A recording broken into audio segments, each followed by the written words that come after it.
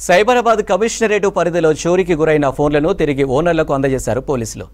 CIR portal ద్వారా నెల రోజుల్లో 345 మొబైల్స్ రికవరీ చేశారు. వాటిని ఓనర్లకు అప్పగించారు.